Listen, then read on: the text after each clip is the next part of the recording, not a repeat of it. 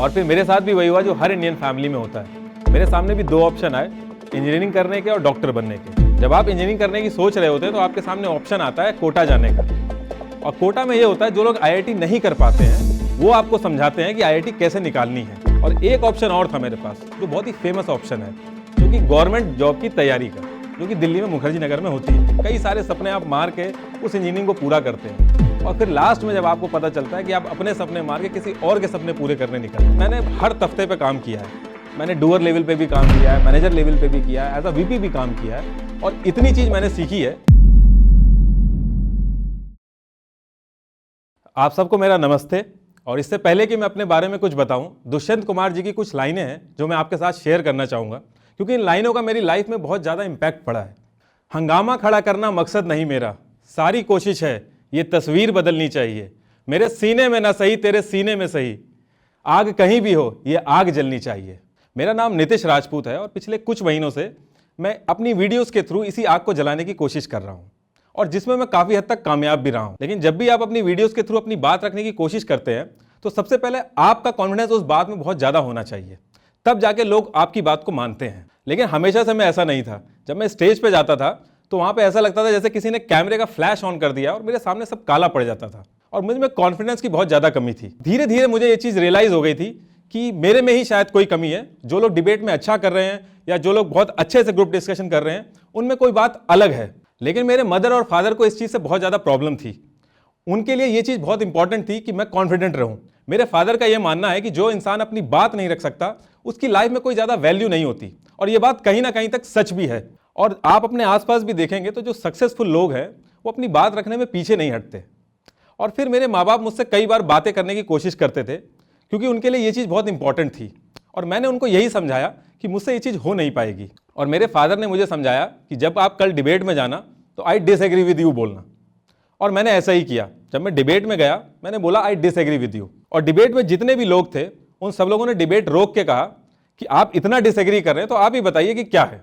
क्योंकि मेरे पास टाइम बहुत ज़्यादा था तो उस चीज़ का मुझे एडवांटेज हुआ और वो डिबेट में जीता। और उस दिन मुझे एक चीज़ समझ में आ गई कि कम टैलेंटेड और ज़्यादा टैलेंटेड नाम की कोई चीज़ नहीं होती। अगर आप किसी चीज़ में मेहनत करेंगे तो आपको सक्सेस मिलेगी। और फिर मेरे साथ भी वही हुआ जो हर इंडियन फैमिली में होता है। मेरे सामने भी दो ऑप्शन आए, इंजीनियरिंग करने के और डॉक्टर बनने के। और मेरे रिलेटिव और आसपास के लोगों ने ये चीज़ मुझे समझा दी थी कि तुम लकी हो जो तुम्हारे सामने ये दो ऑप्शन आए हैं और बाकी लोगों को ये ऑप्शन भी नहीं मिलते। और फिर जैसे तैसे करके मैंने इंजीनियरिंग का रास्ता चुना। जब आप इंजीनियरिंग करने की सोच रहे होते हैं तो आपके सामने ऑप्शन आता है कोटा जाने का। और कोटा में ये होता है जो लोग आईआईटी नहीं कर पाते हैं वो आपको समझाते हैं कि आईआईटी कैसे निकालनी है, जैसे कि दिल्ली के मुखर्जी नगर में होता है। और वो लोग हमेशा 1 या 2 नंबर से पीछे रह गए होते हैं।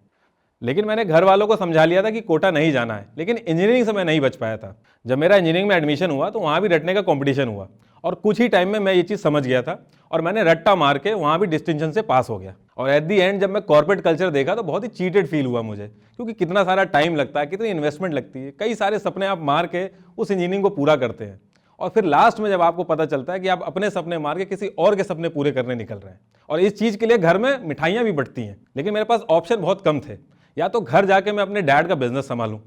लेकिन आप कितने भी अच्छे हों और कितने भी लाखों रुपए अपने घर के उसमें कमा लें, लेकिन आपको पॉकेट मनी ही मिलती है, तो वो लाइफ मुझे जीनी नहीं थी। तो मेरे सामने यही ऑप्शन बचा था। और एक ऑप्शन और था मेरे पास जो बहुत ही फेमस ऑप्शन है, जो कि गवर्नमेंट जॉब की तैयारी का, जो कि दिल्ली में मुखर्जी नगर में होती है। मैंने काफ़ी रिसर्च करी, लोगों से बात करी, लोगों से पूछा कि इसके फ़ायदे और नुकसान बताइए।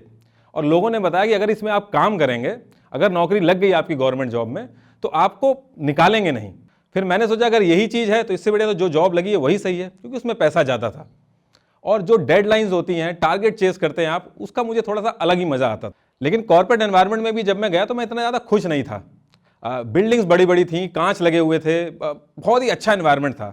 लेकिन अगर आप उसको ध्यान से नोटिस करोगे तो बहुत ही आर्टिफिशियल रहती है हर चीज़।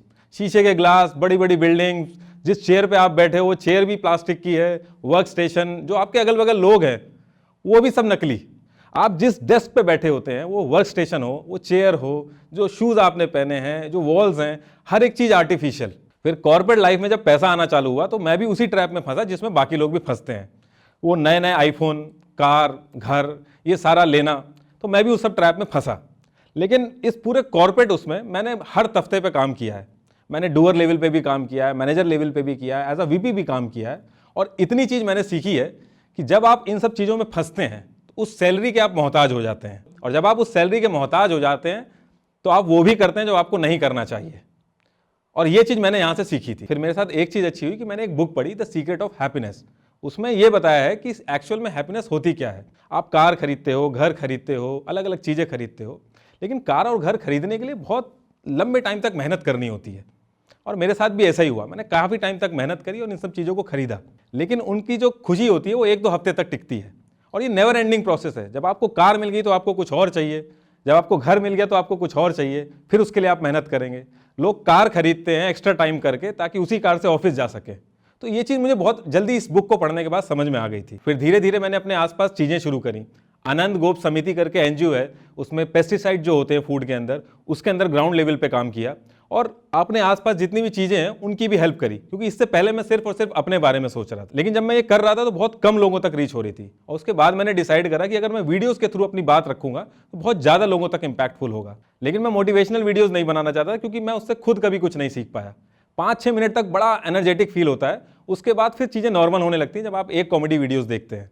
और यही मेरे साथ भी हुआ। तो मैं वो नहीं करना चाहता था, मैं अपना लाइफ एक्सपीरियंस शेयर करना चाहता था, क्योंकि जो इंसान अपनी लाइफ से सीखता है वो कहीं और से नहीं सीख पाता है। और जब मैंने ये सोशल इश्यूज़ पे वीडियोस बनाने का सोचा था तो मेरा मोटिव यही था कि मैं लोगों को सिर्फ अवेयर करूं, मैंने सोल्यूशन देने की नहीं सोची। जब मैंने सोशल इश्यूज़ पे वीडियोज़ बनाने का सोचा था तो मुझे ये पता था कि इन सारी प्रॉब्लम का सोल्यूशन एक ही है, लोगों में अवेयरनेस। लोगों को चीज़ें पता नहीं रहती थी, और मैं खुद एक्सपर्ट बनने की कोशिश नहीं कर रहा था उन वीडियोज़ में, क्योंकि आज मैं एजुकेशन का एक्सपर्ट बन जाऊं, कल मैं फार्म बिल का एक्सपर्ट बन जाऊं। मैंने सिर्फ वीडियोस में लोगों को डिटेल्स दी और लोग उसके बाद खुद सोचे और खुद समझे। जब मैंने सोशल इश्यूज़ पे वीडियोस बनाने का सोचा था तो मुझे बस इतना ही पता था कि मुझे सिर्फ अवेयरनेस फैलानी है, क्योंकि एक्सपर्ट हमारे पास ऑलरेडी हैं। एजुकेशन हो चाहे फार्मिंग हो, हर चीज़ के एक्सपर्ट हमारे पास ऑलरेडी हैं। तो मैंने खुद एक्सपर्ट बनने की कोशिश नहीं की और अपनी राय नहीं दी उस पर। मैंने सिर्फ अवेयरनेस फैलाई ताकि लोगों से प्रेशर बने और जो हमारे एक्सपर्ट हैं उनको काम करने का मौका मिले। अगर आज लोग प्रेशर बनाएंगे तो हम जो चीज़ चाहेंगे वो हो सकेगी। और मैं आज भी किसी गलत चीज़ से डिसएग्री करने से पीछे नहीं हटता हूँ, चाहे वो किसी सिस्टम के खिलाफ हो, चाहे वो किसी समुदाय के खिलाफ हो। और लास्ट में मैं फिर से वही लाइन बोलूँगा कि सारी कोशिश है ये तस्वीर बदलनी चाहिए। Thank you. इस वीडियो के बारे में अपनी राय नीचे कमेंट सेक्शन में हमें बताएं और अपने दोस्तों के साथ ये वीडियो शेयर करना ना भूलें।